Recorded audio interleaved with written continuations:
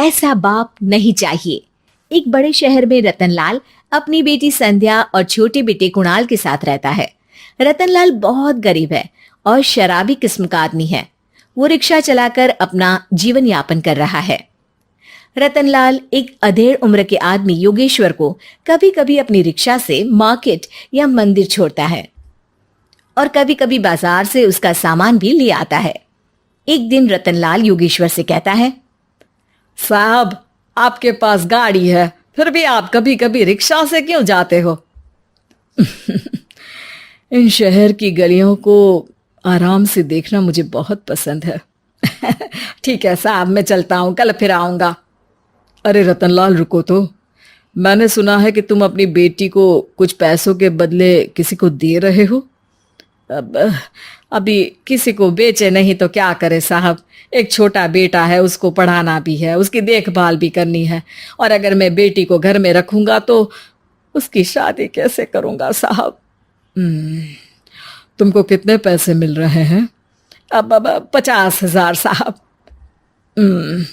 देखो, मैं तुमको पूरे 20 लाख रुपए देता हूँ। तुम अपनी बेटी संध्या को मुझे दे दो। हैं? 20 लाख?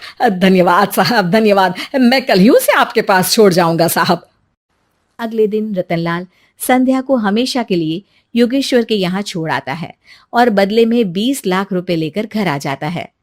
रतनलाल जिंदगी में पहली बार इतने पैसे पाकर बौखला गया। उसने एक अच्छा घर लिया।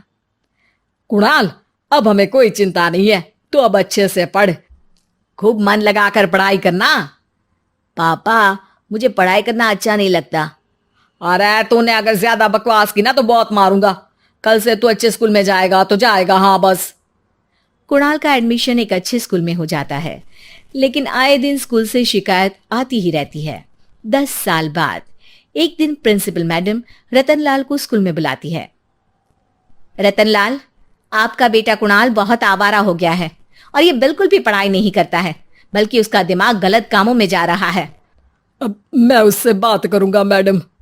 ठीक है, आज ये आखिरी मौका है, अगली बार तो मैं उसे स्कूल से ही बाहर निकाल दूंगी। रतनलाल घर आ जाता है और कुणाल से कहता है, कुणाल बेटा, मैं तुम्हारे ऊपर इतना पैसा लगा रहा हूं, फिर भी तुम स्कूल में सही से क्यों नहीं पढ़ते हो? आप तो रहने ही दीजिए, मैं सब जानता हूं कि ये पैसा कहां से आया है, और वैसे भी अब ये पैसा मेरा है। मेरा जो भी मन होगा मैं करूंगा।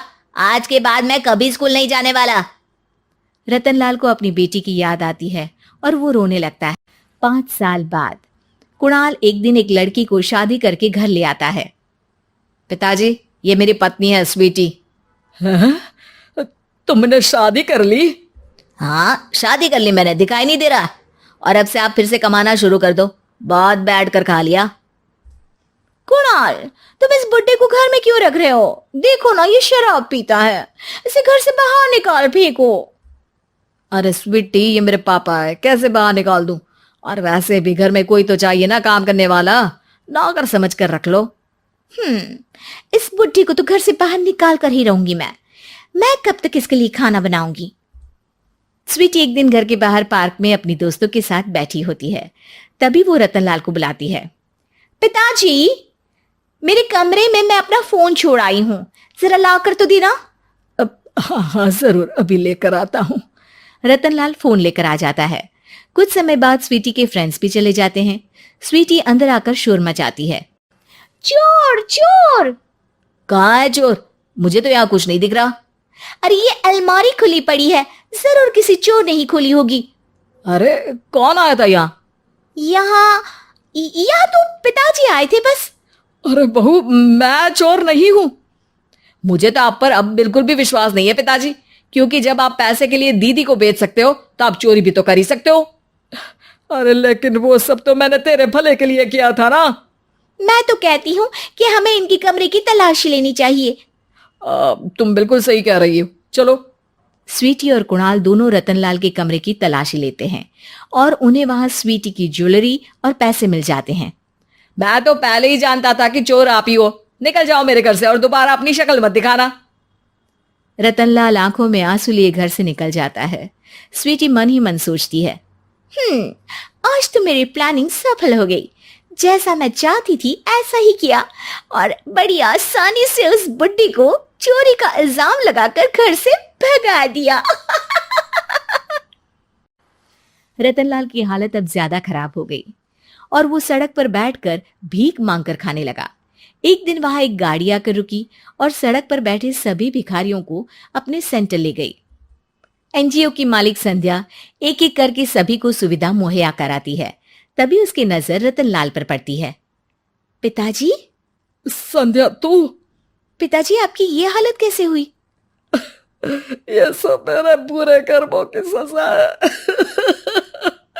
जो मुझे मिल रही है। मुझे माफ कर दे बेटी।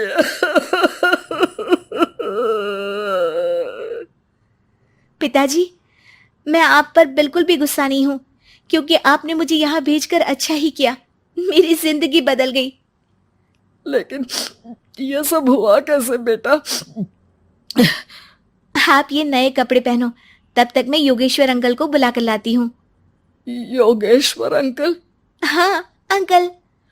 योगेश्वर जी ने तुझसे शादी नहीं की थी? नहीं तो पापा, उन्होंने तो मुझे पढ़ा लिखा कर इस काबिल बनाया है कि मैं आज सबकी सेवा कर पा रही हूँ। रतनलाल पश्चाताप करके रोता रहता है। तभी योगेश्वर भी वहां आ जाता है। रतनलाल जी, आपकी ये हालत कैसे हुई? इतने सारे पैसों के बावजूद भी? क्योंकि मैंने बेटे और बेटी में भेदभाव किया था। लेकिन आपने ये कैसे किया? मुझे ये जानना है, बताइए।